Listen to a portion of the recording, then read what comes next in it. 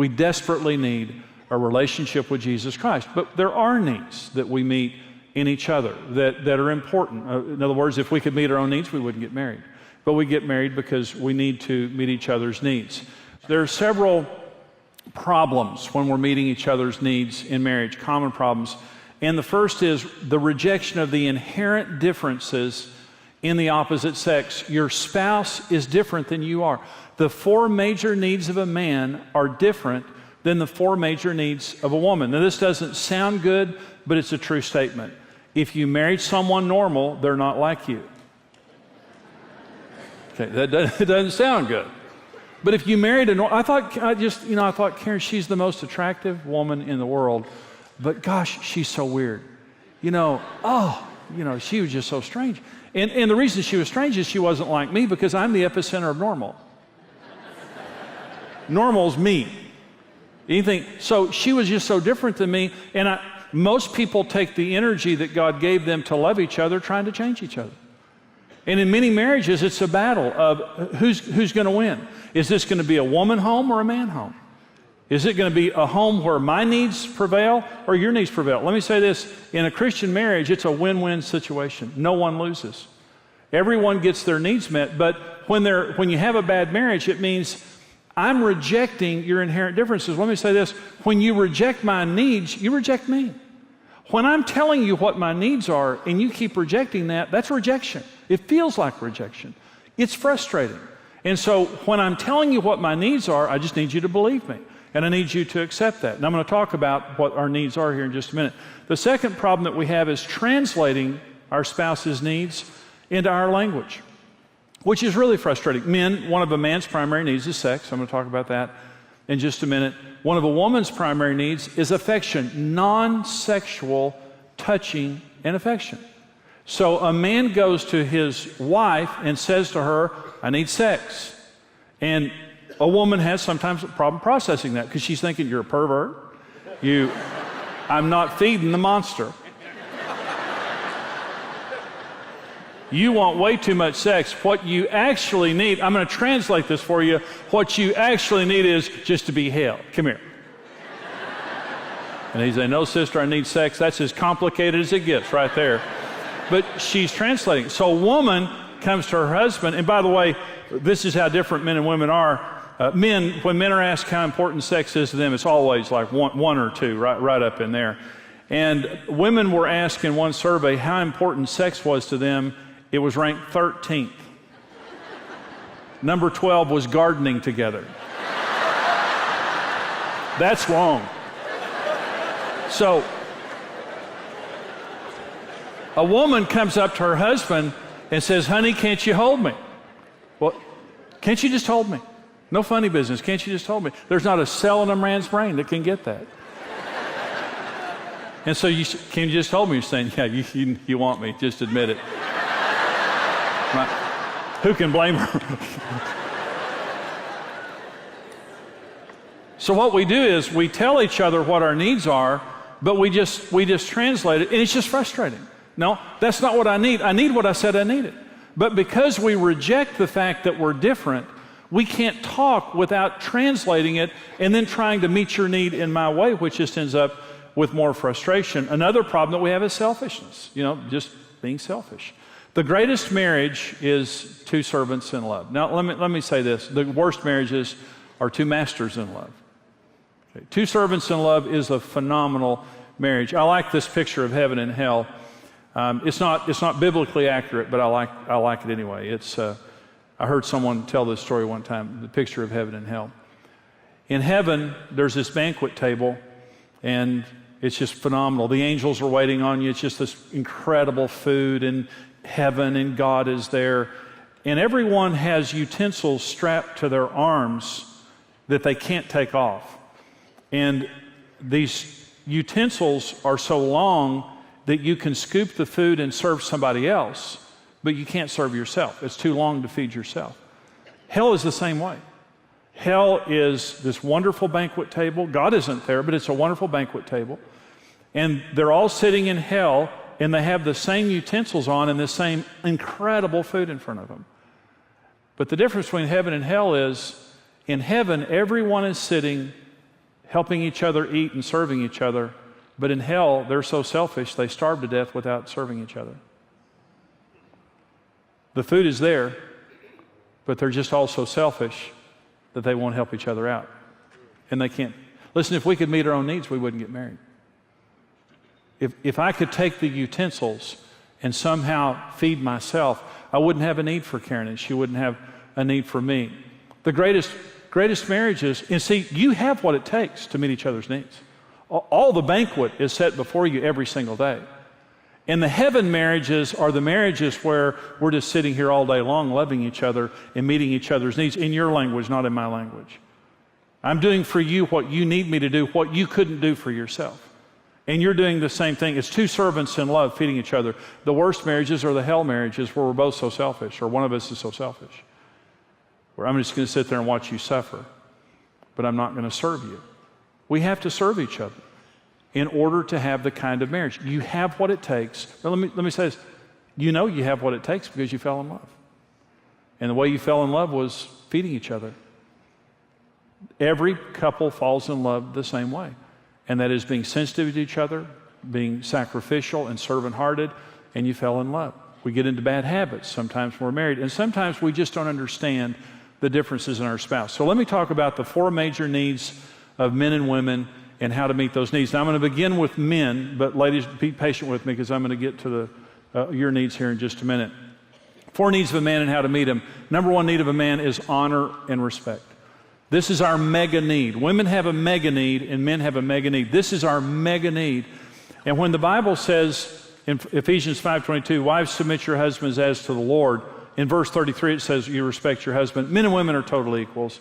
The verse before that says submit to one another in the fear of Christ. So I don't believe in a concept of submission. Women should submit because they're not as equal, or something like that. Men and women are completely equals. What is being tried to, what Paul is saying here is respect your husband like you would the Lord. Not the way your mother did your father. Not the way you see on television. Not the way your friends do their husbands. How would you respond to Jesus Christ? If you were in a relationship with Jesus and you were responding to Him, that's the standard the Bible gives for women, because men have a need for respect and honor. It's our biggest need. Is men gravitate to the place where they get honor and respect, and they run from any place where we feel like I may be disrespected. And again, it goes back to this issue of the way that women talk to their husbands is you say anything you want to say, it's just the how issue. And I want to talk about how to give your husband honor, just the practical aspect of if you ought to do it, then how do you do it? Well, the first is allow him to fail. How do I honor my husband? Let your husband fail. I'm not talking about self-destructive behavior. I'm not saying that your husband is in some kind of a destructive behavior and you just stand back and let him fail. But I'm just saying your husband's imperfect and he's going to fail. Don't scream when I say that. Don't want you to be too shocked. Your husband's imperfect and he's going to fail. A lot of the damage that women do in their marriages is trying to keep their husband from making a mistake. Okay. I love Joyce Meyer's story. One day, her and her husband Dave were in the car driving. She's telling this story in one of her teachings, and they were in the car driving. You know how it is when you're driving. It's just... And I've got the most emotive wife in the world when she has a name for everybody on the road, and she talks to everybody on the road. And she screams and grabs the dash and all those kind of things. And we've learned to live with it. It's just one of those things. But Joyce Meyer was driving down the street with Dave one day, and she was telling him, turn here, stop, go, all the things that, wives do to their husbands. So Dave was mad. He was mad. She was frustrated. And they were at a stop sign, and the Lord said to her, they were sitting there, and, he was mad, she was frustrated, and she was telling him all that. And the Lord said to her, why can't you shut up?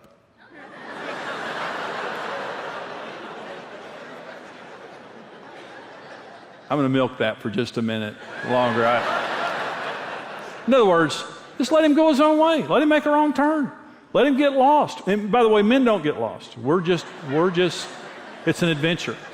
And we don't need some stinking person telling us what to do. But let him make a mistake. You don't have to correct him for everything. That's not your role, is to correct your husband for everything. Just let him make a mistake.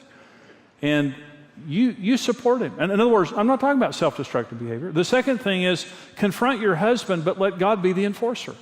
You're his equal. You can say anything that you want to say, but the question is, who's the enforcer? You go to your husband and say, honey, I don't agree with that. I think that's wrong. I don't think we ought to be doing that. And your husband says, and he does it anyway. Get in your prayer closet and ask God to get him. That's what my wife does. She has a relationship with Jesus. Let me say, if you're telling the truth, God is on your side, and he can change your husband, and it won't drive your husband away from you. Okay? If you're wrong, he would correct you. There's not much of a chance that you're wrong. But there's a chance. There's a chance. So, you tell your husband, honey, I'm not the enforcer. The Holy Spirit is the enforcer. And men need to do the same thing.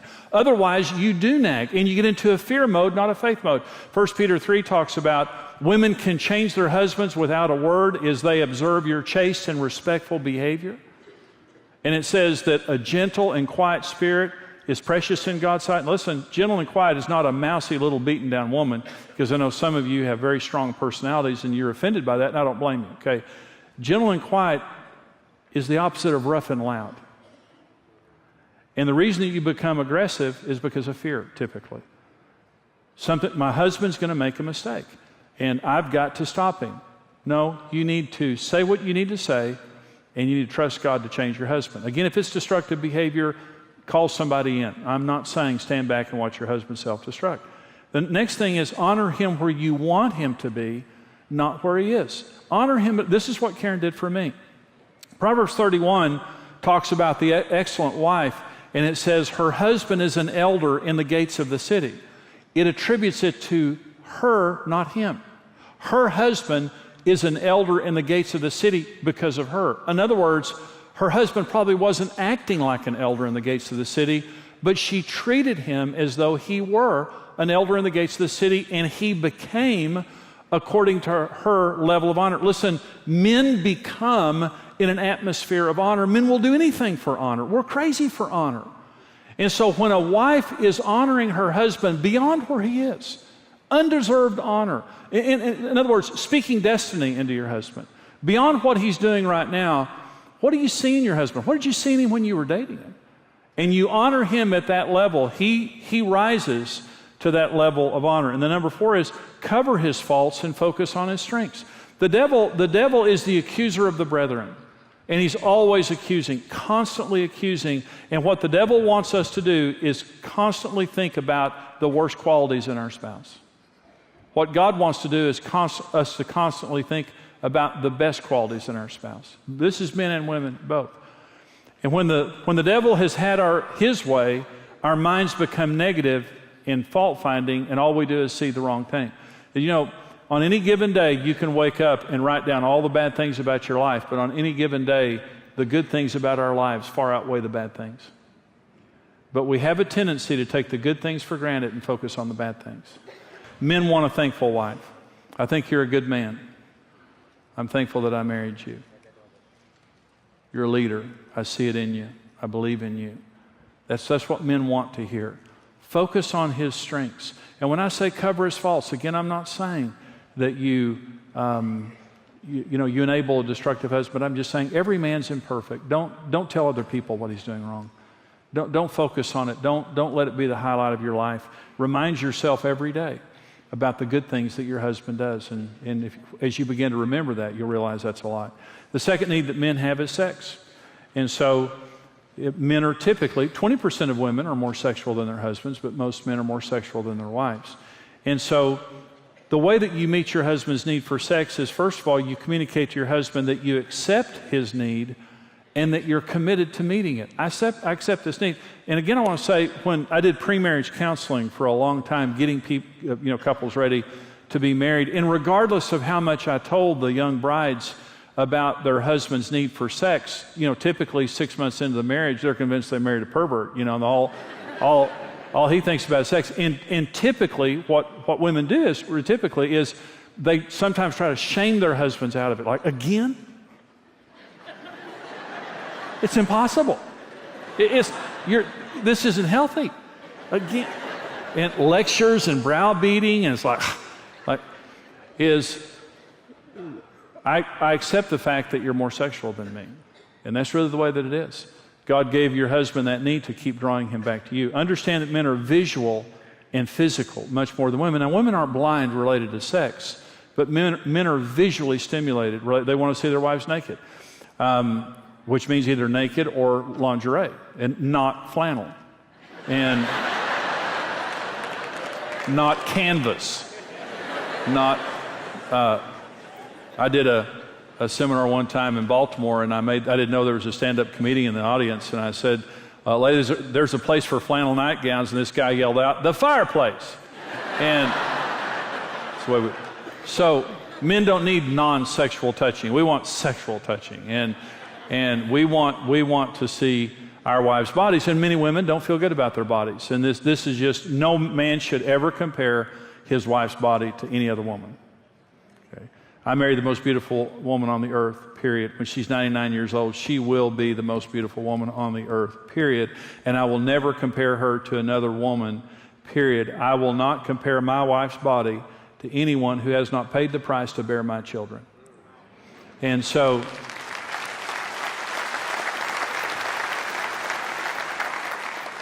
you shouldn't look at other women. You shouldn't compare your wife to any other woman. And so, but many women compare themselves, and they don't feel good about themselves, but need to understand your husband has that need. Another way that you meet your husband's need for sex is be more sexual than you feel. Now, I'm going to talk to your husbands in just a minute about your needs, and we're going to talk about communication, okay, and your need for open and honest communication.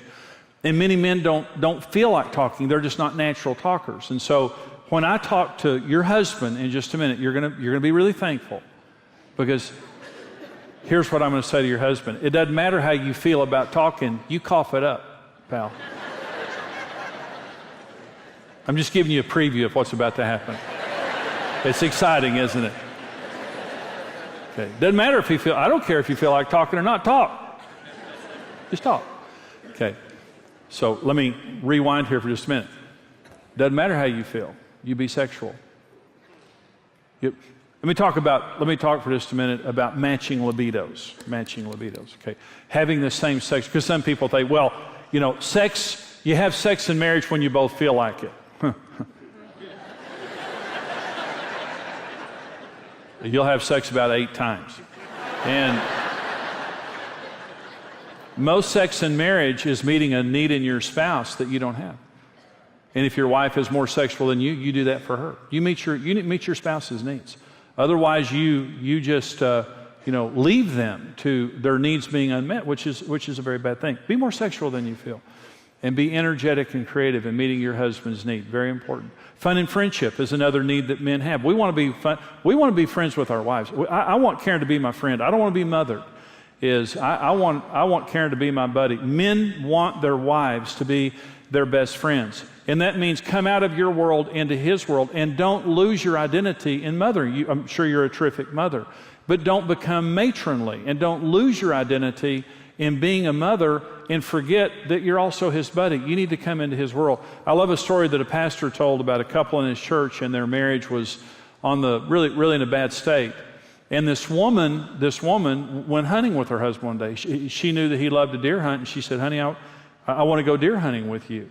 And of course, he was a little worried because he thought maybe she wanted to get him alone with a firearm. And but what she did, she came out of her world into his world and healed their marriage. They went on a hunting trip. Let me say something. Your husband will never be as open with you as when he's having fun with you. You'll be sitting somewhere having fun, and all of a sudden you'll find your husband just opens up, because that's the way we're wired. When you're my friend, I'll open my heart to you. Until you're my friend, I don't know, because that's one of the most important needs I have. You come into my world and you be my buddy. That's what I need from you. Number 4 is support at home. Now listen, men should do their equal share at home. Is that housework, when you get home, your job just started, it didn't end. At home, I vacuum, I take out the trash, I fold clothes, I do laundry. I don't cook for health and safety reasons. It's just better if I don't. But Karen does not pick up after me. I mean, she does sometimes, but I pick up after myself. I don't put those burdens on Karen. And but here's what I need from Karen. Women have the gift of nesting and turning a house into a home. I had a couple one time, and he was an interior decorator. And he would come home, and she had nested. You know, she had the home, and he would redo it. And they were in for counseling. She was mad. Oh, she was mad. And she said, now, I like to do my house, and when he comes home, he redoes it. And he said, but it's technically incorrect. And I said, you're technically about to get killed. And so women are happiest when they're domestically centered, even if you work outside the home. Focus on nesting. Focus on making your home into a place that your husband can come home to. Those are our needs. That's, you know, we need honor. We need sex. We want to be buddies, and we want support at home. Those are our needs. That's the way we're wired. Here are the 4 needs of a woman and how to understand and meet her needs. And the first is security. It says, husbands, love your wives just as Christ also loved the church and gave himself for her. The standard for women is respect your husband the way you would Jesus. The standard for men is give your life for her. Just like Jesus gave his life for you, you love her more than you love yourself. You sacrifice yourself for her. Women, this is the mega need that men have. The mega need for men is honor. The mega need for women is security. So women feel most secure in an environment where there is a sacrificial, sensitive man that they're married to. Women feel most insecure when they're married to a selfish, detached man. Security to a woman just simply means, to my hurt, I will meet your needs. I come second. I'm not the head of this home so I can get it my way and I get the big chair and the clicker in the living room. I'm the head of this home so that I can serve you and make sure whatever you need, you get it first before I get it. You come before me. And you'll never have to nag. You'll never have to beg. Tell me once. I'm studying you. You're on my heart. Tell me once and you'll get it. And if I don't agree, I'll tell you right up front. But if I tell you no, it's only because it's not a good thing for you. But I will sacrifice to meet your needs. Women are in heaven. Women are in heaven. They need security. Here's how to meet your wife's need for security. Communicate your commitment to sacrifice for her. Husbands, love your wives as Christ loved the church. He gave himself for her. I will have to sacrifice something. I'll have to sacrifice an interest, a hobby, a friend, an event, an opportunity, a promotion. I don't know what I'm going to have to sacrifice. But here's the issue. Nothing is as important to me as you are, and I will sacrifice to make sure that your needs are met. Just the way Jesus sacrificed for me, I'm going to sacrifice for you. The second is be sensitive to your wife's needs, and don't make her nag or beg. Never, ever should your wife have to nag or beg. Romance, when you send your wife flowers or cards or you're romantic to your wife, what you're saying to your wife is you're on my heart. The lack of romance simply means I don't think about you. You're not on my heart. My uncle now, this is, I did my uncle's funeral, this is years ago, and my uncle and my aunt were married for 40 years, had a wonderful marriage. I did my uncle's funeral, and when I was doing his eulogy, my aunt told me that for 40 years of marriage, he wrote her a new poem every day. Let me tell you something. There's only so many ways you can work around roses are red, violet, you know. Think about that for just a minute. Every day for 40 years. And they had I never even thought about it. They had a wonderful marriage. She was the happiest woman on earth. I said, are you kidding me? She said, on our dining room table every morning, there was a new poem that he wrote me. You know what that means? When he was alone every morning, he was thinking about her. As opposed to a man who's never romantic. And it just means my mind is somewhere else. And so I'm sensitive to you. Be a faithful provider and a faithful money manager, because that's another part of her security, is knowing that she's going to be provided for. And let me say this, whatever job you have, some of the most important people in society are not well paid. Teachers, policemen deserve a lot more money than they get. And the issue, give them a hand.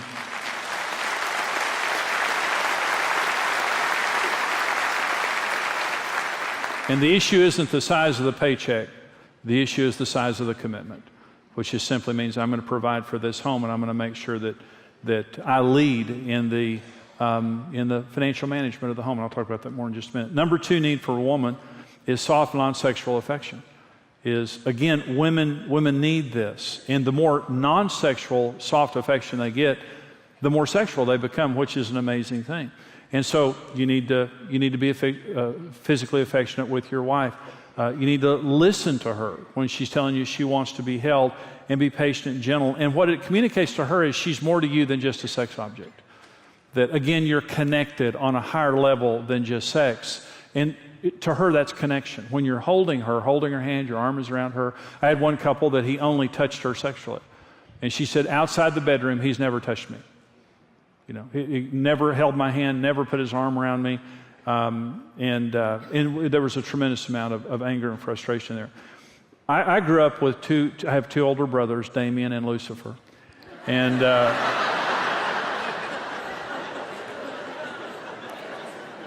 we fought every day. My parents were not affectionate people. I had wonderful parents. They were not affectionate people. And my brothers and I was the youngest of 3 boys. We fought every day. I mean, I just lived in a war zone.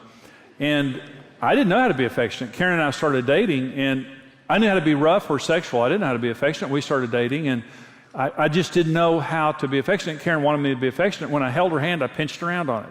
And I like that. It feels good. I like that thing. She didn't like that at all. She'd say, that hurts. And I say, you'll toughen up. Don't let my brothers beat you up 2 or 3 times. You'll get used to it. And then I get nervous. I just didn't know how to be affectionate. And so I put my arm around her and I put her in a headlock. And she'd say, I don't like that. I don't like that. Don't do that. And again, I think you'll get used to it. Well, she never got used to it. So we were married, and she was sitting across the room one day folding clothes, and the Lord just impressed on me, walk over and put your arm around her, and just nothing beyond that. Just put your arm around her. Well, I'd never done that before. I mean, boy, I was so nervous, I thought, So she's over there folding clothes. We're sitting in the room. So I start walking across the room, and I'm going to be affectionate. And she sees me coming. It's like pervert alert. Incoming. So I sat down next to her, put my arm around her, and just kind of patted her there for just a minute. And of course, she knew something, either wrestling, sex, or a combination of the two were impending at that moment. But I didn't. And I just kind of patted her there for a minute, and then I got up and walked across the room. She said, well, what did you do? I said, well, I'm being affectionate. She said, I like that. I thought, well, now I've spoiled her. And so we got in the car one day, and I said, let me hold your hand. I was getting better at being affectionate. I said, let me hold your hand. She said, no, because she didn't trust me, because I pinched her around. I said, let me hold your hand. And she said, no. And I said, let me hold your hand. She said, it just healed up. But I remember I held her hand and I didn't pinch it. And I just thought, that's, phenomenal. And so I learned to be affectionate with Karen, and it changed everything. I mean, and that's normal for me. I mean, I love it. But your wife needs non-sexual touching and affection. And some men would say, well, that's just not the way that I am. Doesn't matter. You need to change. You need to meet her need. It wasn't natural for me. I wasn't raised in that kind of a family, and it's not a need that I have. It's not a need that I have, but it's a need that she had. And so when I changed, it changed our marriage. It was tremendously important to her. Number 3 need that women have is open and honest communication. Women don't want headlines. They don't want grunts and groans. They don't want to hear nothing. Who'd you see today? No one. What'd you do? Nothing. I drove to work, stood in front of a blank wall, and told everybody to be quiet. And I drove directly home. I have spoken to no one today. When your wife, she wants this again, this is how she connects to your world, is through communication.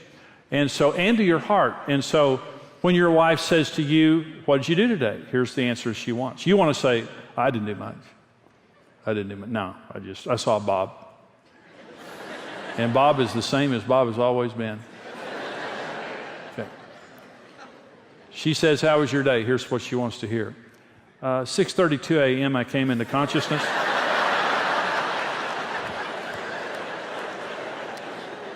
I still had my eyes closed, but I was feeling a little emotional about my meeting with Bob. And she wants the whole day, and she doesn't just want the event, she wants the feelings. The feelings associated. See, I would talk to Karen for years, and I'd tell her something, and she'd say, well, how'd you feel about that? And I'd say, feel? How'd you feel? I don't feel anything, you know. And, well, men come emotionally unassembled, and women wire them up, you know. And that's how they do it. They get you talking, then they start saying, this is a feeling. Zzz. See right there, zzz, that's a feeling. And you're going to have more of those as more conversations take place. And so again, I told Karen wanted me to talk. And I felt like she was nosy anyway. And I thought, I'm not feeding the monster. Information is the worst thing for her. You got to starve that thing out of her because she knows it. She wants to know about everything. So that's honestly the way I felt about it. And I'd come in the door and she started asking questions just like, ha. So I told Karen, when I changed, I said, okay, I'll talk. Okay. So I said, let me come in, have a little bit of time, and we'll put the kids down, then we'll talk. So we made a time to talk face to face. Now I was afraid of this. Now I honestly was nervous about it because I wasn't good at it. I didn't know how to do it, but I knew it was important to Karen. So I told her one night, I said, we'll sit down and we'll talk for as long as you want to talk about anything you want to talk about. And I thought, I am the greatest man ever lived. And B, they'll find me dead tomorrow with my brain sucked out. Because the sister will suck my brain right out my ear. I don't stand a chance. So we got together that night, and we sat face to face, turned off the TV, we sat face to face, and we talked. And Karen, she had never done this before. I had never patiently talked to my wife ever in our marriage and given her the response that she was looking for. So we started talking, and Karen, this and this and this and this and this and this. And she asked, what about this, what about this, what about this? And she would say, well, how'd you feel about that? Well, there's a couple of things in my childhood she knew about, and she always wanted to know, because she knew I was messed up, And she was just trying to locate the exact time and place, but she pretty much knew that. So she asked her, well, how'd you feel about that? I didn't know. Honestly, when I was growing up, I just shut off emotions because I couldn't handle them. Some of the things that happened, just like all of us, I just didn't know, so I just shut them off. Well, Karen knew that those things were still in there because women are amazing in this regard. They really are. And Karen would say, well, how'd you feel about that? And I said, Karen, honestly, I didn't feel anything about that. She said, yes, you did. You don't know what I feel. And so it was amazing because about a week or two later, I was praying, and the Lord brought it all back to me and began healing my life in that area. And Karen has been amazing with me because I love to talk now. Man, I love talking to Karen. It's one of the favorite things I love to do because it opened my world to something I didn't know before. But let me say, we sat and talked that night, I don't know, an hour and a half or 3 eternities or however long it was. And at the end, she said, oh, that's all. And I said, that's all? She said, for tonight. And but let me tell you something. It was the most, here are sex secrets women wish their husbands knew from Reader's Digest. These are sex secrets that women wish their husbands knew. For a woman, great sex begins with her life as a whole. Okay, that's not a sex secret. Many women find intimate conversation stimulating. What does that have to do with sex? Attention after sex can be vital to a woman's satisfaction. That's after sex. That doesn't count. Women need non-sexual touching and tenderness. Those are women's sex secrets. Well, that's not what men want to hear. Blow into my ear at a 45-degree angle. And, that's what we need is the technical. Help us out. Sex secrets women wish their husbands knew. Okay, give us some real sex secrets. Talk to me. That's our sex secret. Hold me. A lot of times we as men, we want to, one-dimensionalize and objectify our wives the way pornography does and just think they ought to turn on and turn off and just have sex just any way like that. But when you hold your wife and you talk to your wife, that will open her heart to you and will also open her to intimacy with you on a level that you've never experienced before. very, very important to her. And I want to say now is, because I said, remember when I fast forwarded just a minute ago? This is that moment. Okay, so I said to your wives earlier, it was worth the price of admission, I can promise you that. I told your wives, be more sexual than you feel. Okay. If she doesn't feel like having sex, she needs to have sex anyway. Okay? That's what I said to her. You're welcome.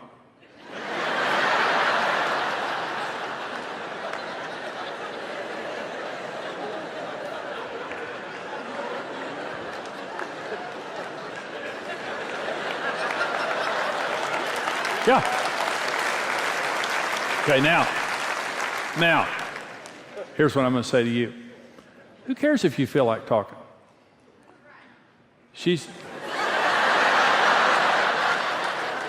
Thank you. Your wife should meet your sexual needs because she has the gift of sex.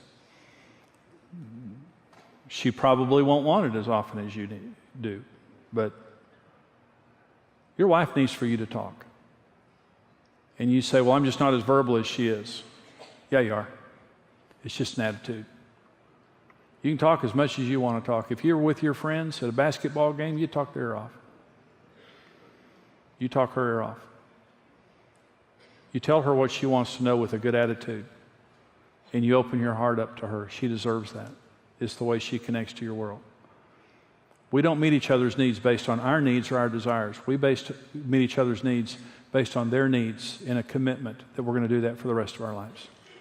You meet each other's needs. Women, be more sexual than you feel. Men, be more conversational than you feel. And you'll have a happy marriage. I'm almost done. Last need of a woman is leadership. Women don't want to be dominated. They want to be treated as equals. But they want their husband to be the loving initiator of the home in 4 important areas: the children, romance, finances, and spiritual matters. They want you to be the loving initiator of the home. Now you say, well, I have more of a passive personality. Especially, you need to stand up and just be the initiator. It means you begin the conversation about your children. You begin the conversations about discipline. You begin the conversations about budgeting. You begin the conversations about church and spirituality and prayer and things like that. Again, she wants to be an equal partner. She doesn't want to be dominated. And if you have a naturally strong kind of a dominant personality, you got to ratchet that down. You got to slow down. You have to make a decision that you're not going to make decisions without her, and you're not going to drag her or push her in the process. That you're going to treat her as an equal partner in everything that goes on, but you are going to be the initiator. Women love to be in a relationship with a man who is the loving initiator. They don't like it when they're being dominated, and they don't like it when their husband's passive and won't lead. I had a problem in that area because I was dominant, and it really hurt our relationship. But everything that Karen and I do now is we do as equals.